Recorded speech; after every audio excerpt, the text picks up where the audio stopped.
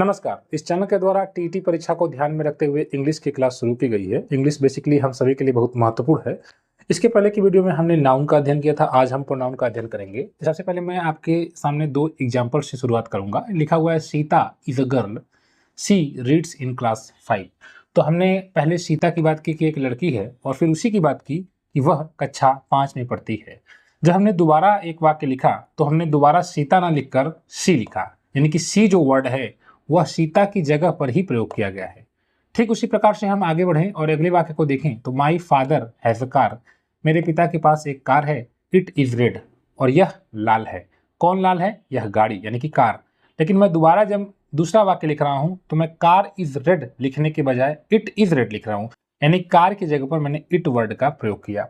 तो बेसिकली यही होता है प्रोनाउन। प्रोनाउन का मतलब यह हुआ कि जो शब्द नाउन के बदले प्रयोग किए जाते हैं वे प्रोनाउन होते हैं। जैसा कि आप इन दोनों उदाहरण के माध्यम से आप समझ सकते हैं। जैसे मैं दोबारा सीता यहां लिख सकता था, सीता रीड्स इन क्लास 5, तो भी वही बात होती। लेकिन सीता सीता सीता बार बार मैं सीता को रिपीट नहीं करूंगा, जो बेसिकली ग्रामर का रूल यही कहता है, और इसीलिए सीता न यूज करके हमने सी का यूज किया एक लड़की के नाते, और यही सी एक प्रोनाउन कहलाता है। तो बेसिकली आपने इसका डेफिनेशन इन एग्जांपल्स के थ्रू समझ लिया कि प्रोनाउन एक ऐसा शब्द होता है जो नाउन के बदले या नाउन की जगह पर प्रयोग किया जाता है।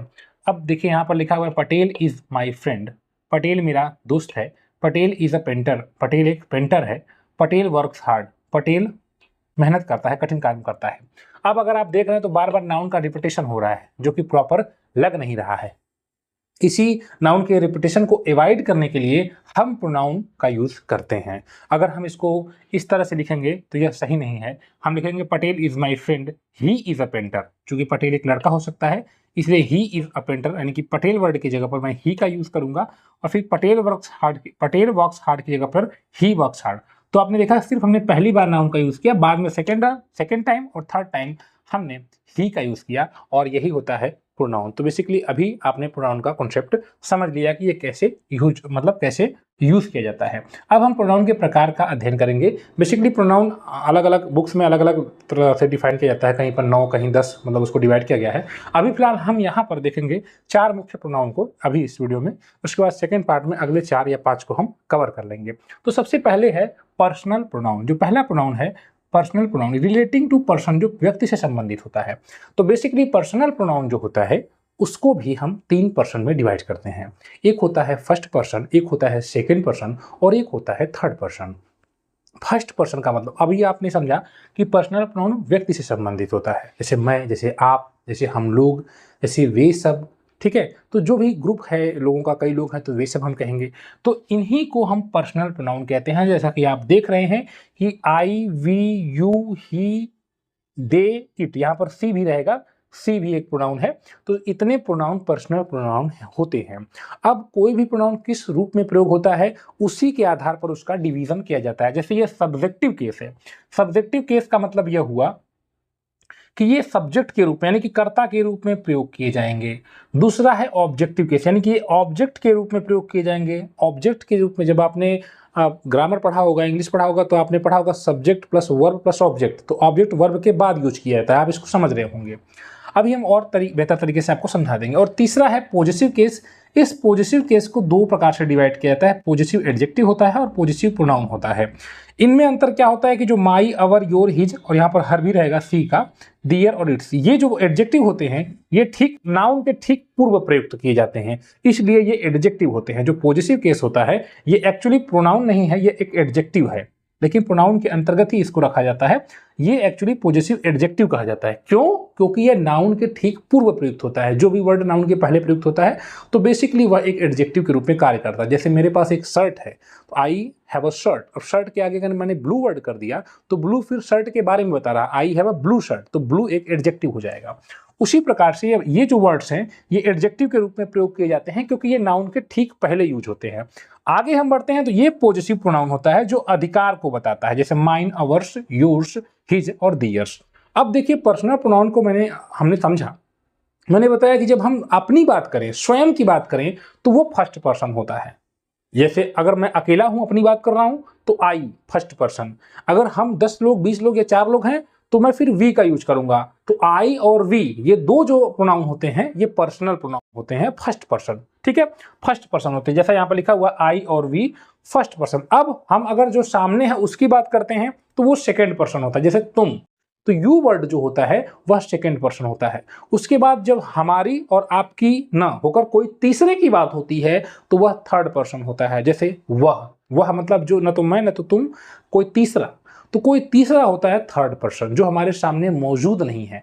अगर आप मेरे सामने हैं तो आप सेकेंड पर्सन, मैं खुद फर्स्ट पर्सन हूँ। कोई तीसरा जो यहाँ पर नहीं है तो वह लड़की हो सकती है तो सी, लड़का हो सकता है तो ही, और हो सकता है कि लड़का लड़की में अंतर न कर पाए तो इट, या फिर हो सकता है कि दे, अगर कई लोग हों तो इसका मतलब आपने देखा कि फर्स्ट पर्सन में हमने स्वयं को रखा, और अगर हम लोग कई ग्रुप में हैं, कई लोग हैं, 4 लोग 5 लोग 10 लोग हैं, तो फिर वी यानी आई और वी फर्स्ट पर्सन। उसके बाद यू तुम सेकेंड पर्सन यानी कि जिससे बात कही जाए जो सामने हो वो सेकेंड पर्सन, और फिर थर्ड पर्सन वो होगा जो मौजूद ना हो, कोई तीसरा, जैसे ही, जैसे सी, जैसे इट, जैसे दे। तो इस प्रकार से आपने देखा कि हमने आई, वी, यू, ही, सी, दे और इट का डिवीजन किया कौन कौन सा पर्सन है। जैसे आई फर्स्ट पर्सन है, यू सेकेंड पर्सन है। ऑब्जेक्टिव केस का मतलब ये ऑब्जेक्ट के रूप में यूज होते हैं। जैसे मैंने एक वर्ड लिखा कि सी लाइक्स, वह पसंद करती है, और फिर मी।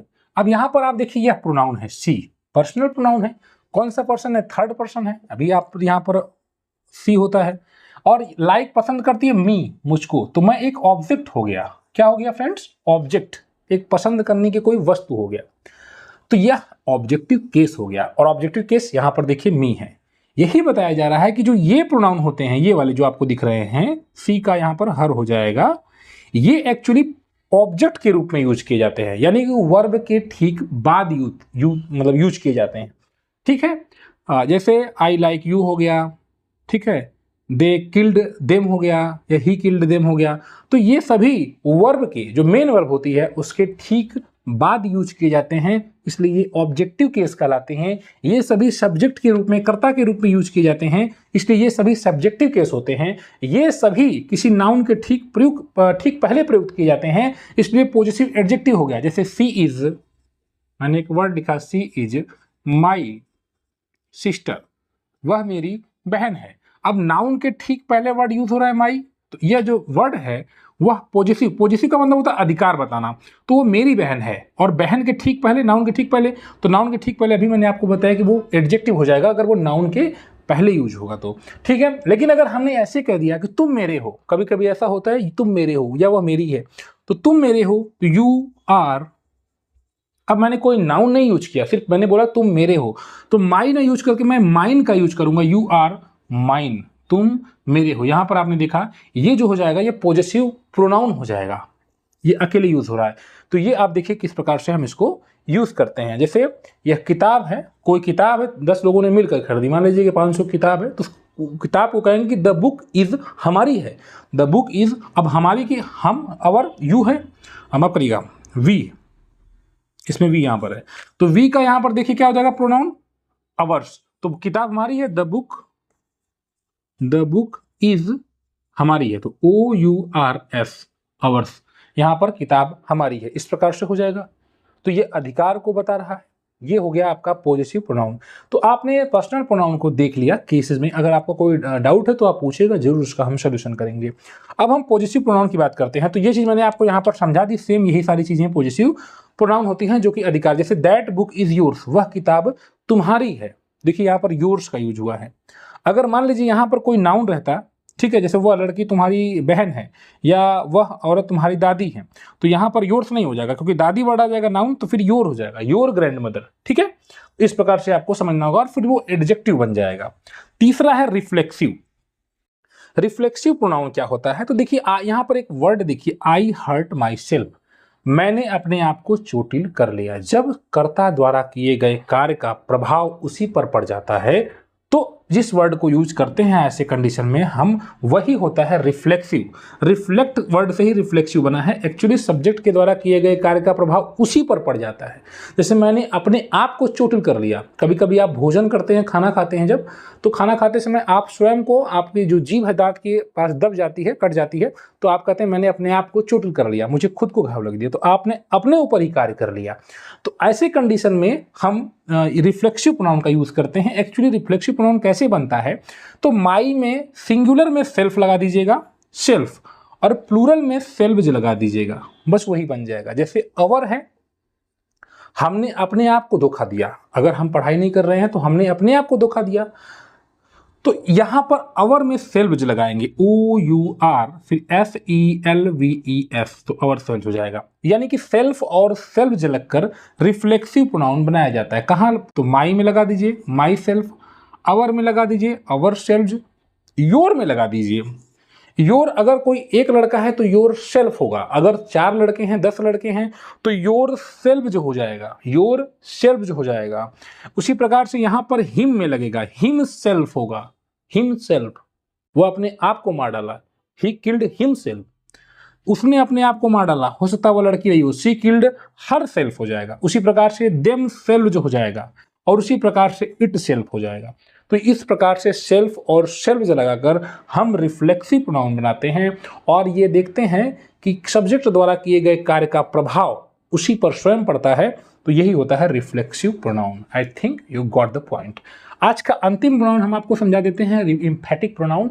इसका मतलब ये होता है, देखिए इसमें और रिफ्लेक्सिव में बहुत अंतर नहीं होता है, लेकिन क्योंकि एक ही होता है। जैसे यहाँ पर क्या है, या माई सेल्फ यहाँ पर भी यूज करेंगे आप, माई सेल्फ यहाँ पर भी यूज करेंगे, तो फिर आप कहेंगे ये कैसे हो गया कि ये एम्फैटिक भी है और ये रिफ्लेक्सिव भी कैसे हो गया। तो सर वही अंतर तो आपको समझना है, एग्जाम में वही तो आपसे पूछा जा सकता है।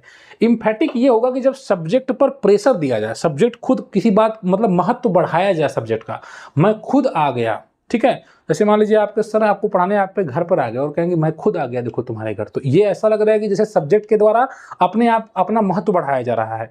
तो ऐसे कंडीशन में भी हम इस ऐसे वर्ड्स का यूज करते हैं, और बेसिकली ये सब्जेक्ट के ठीक बाद यूज किए जाते हैं, ठीक है, या नाउन के ठीक बाद यूज किए जाते हैं। जैसे यहाँ पर नाउन या प्रोनाउन के बाद, शी हरसेल्फ लाइक्ड हिम, वह खुद उसको लाइक करती थी। अब यहां पर देखिए सी हरसेल्फ, तो ये एम्फैटिक प्रोनाउन हो गया, क्योंकि ये सब्जेक्ट पर प्रेशर दे रहा है वर्ड। हरसेल्फ वर्ड, सी लाइक्ड हिम, वह उसको पसंद करती थी, सही है। सी हरसेल्फ लाइक्ड हिम, वह खुद उसको पसंद करती थी। सब्जेक्ट पर प्रेशर जनरेट किया जा रहा है, और जब प्रेशर जनरेट किया जाएगा तो वो हो जाएगा एम्फैटिक प्रोनाउन। एक और है, I killed the dog my self, मैंने खुद कुत्ते को मार दिया। मैंने कुत्ते को मार दिया सामान्य सी बात है, मैंने खुद कुत्ते को मार दिया, ऐसा लग रहा है मेरे ऊपर प्रेशर दिया, मैं खुद अपना महत्व बढ़ाया जा रहा है। तो ऐसे में ये जो माई सेल्फ है, अब देखिए इसमें अंतर यह भी है कि रिफ्लेक्सिव प्रोनाउन में क्या होता है कि कार्य खुद पर हो जाता है, लेकिन यहां पर कार्य खुद पर नहीं हो रहा है। मैंने तो कुत्ते को न मारा है, मैंने खुद कुत्ते को मारा, वह उसको लाइक करती थी। तो काम करने, अब इनमें एम्फैटिक में और रिफ्लेक्सिव में अंतर यह है कि एम्फैटिक प्रोनाउन जो होता है, जो रिफ्लेक्सिव प्रोनाउन होता है, उसका कार्य जो होता है वो खुद सब्जेक्ट पर हो जाता है। जैसे आई हर्ट माई सेल्फ, मैंने अपने आप को चोट कर लिया। लेकिन एम्फैटिक प्रोनाउन में ऐसा नहीं होता है। एम्फैटिक प्रोनाउन में बस अपना महत्व बढ़ाया जाता है, प्रेशर जनरेट किया जाता है। अब हम आपके सामने 6 एग्जांपल्स रखे हैं। अब इन एग्जांपल्स के थ्रू आप समझें कि कौन सा प्रोनाउन कहां पर है। जैसे दैट इज हिज बुक, अभी मैंने आगे हम डिमोन्स्ट्रेटिव वगैरह पढ़ेंगे तो हम आगे और प्रोनाउंस को कवर करेंगे, लेकिन अभी हम आपको हिज बुक के बारे में बता रहे हैं। भी प्रोनाउन है हिज बुक जो है, तो हिज जो है देखिए अधिकार दिखाया जा रहा है, बुक है नाउन के ठीक पहले, ठीक है। अभी आपको बताया कि ये पॉजिटिव केस है पर्सनल का, और देखिए हिज यहाँ पर है तो ये पर्सनल हो जाएगा, ठीक है। और पर्सनल का कौन सा केस है, तो पॉजिटिव केस है। सी मतलब पर्सनल प्रोनाउन है, कौन सा पर्सन है आप स्वयं बताएं। मैं अपने बात करूं तो फर्स्ट पर्सन, आपसे बात करूं तुम्हारी बात करूं सेकंड पर्सन, अगर हम दोस्त किसी तीसरे की बात करें तो थर्ड पर्सन, तो सी हो जाएगा थर्ड पर्सन। और माइन, वह मेरी है, तो माइन देखिए आई का चौथा जो केस है पॉजिटिव प्रोनाउन, आई मी माई माइन होता है, तो ये माइन जो है ये पर्सनल प्रोनाउन हो जाएगा, ठीक है। और केस कौन सा है, तो पॉजिटिव है और प्रोनाउन है ये, ठीक है। I myself did that work, मैंने खुद वह काम किया। अभी मैंने बताया ना कि जब हम महत्व बढ़ा रहे हैं तो कौन सा pronoun, एम्फैटिक pronoun. I myself did that work, मैंने खुद वह काम किया, तो माई सेल्फ जो हो जाएगा वह एम्फैटिक प्रोनाउन हो जाएगा।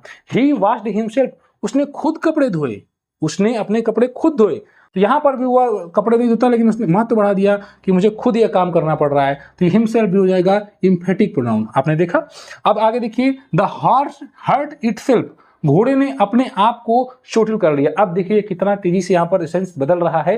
घोड़ा अपने आप को चोटिल कर रहा है, लेकिन घोड़े के द्वारा किए गए कार्य का प्रभाव वापस घोड़े पर हो रहा है, इसलिए इटसेल्फ जो हो जाएगा बताइए एम्फैटिक या रिफ्लेक्सिव। तो आप कहेंगे रिफ्लेक्सिव, क्योंकि घोड़े के द्वारा किए गए कार्य का प्रभाव स्वयं घोड़े पर पड़ जा रहा है, इसलिए इटसेल्फ हो जाएगा रिफ्लेक्सिव प्रोनाउन। समझ गए।